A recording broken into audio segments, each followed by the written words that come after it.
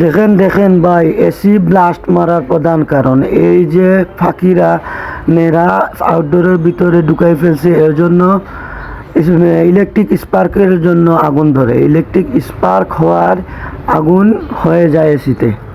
আমরা এটাতে কাজ করব, কাজ শুরু করে দিলাম। আমি বলছি মোহাম্মদ জাবেদ আহমদ, ইকরা air conditioning and refrigeration, Paschim Dargah gate, দরগা মহল্লা, সিলেট। আপনাদের সেবায় আমরা নিয়োজিত। আপনাদের প্রয়োজনে আমাদের সাথে যোগাযোগ করবেন।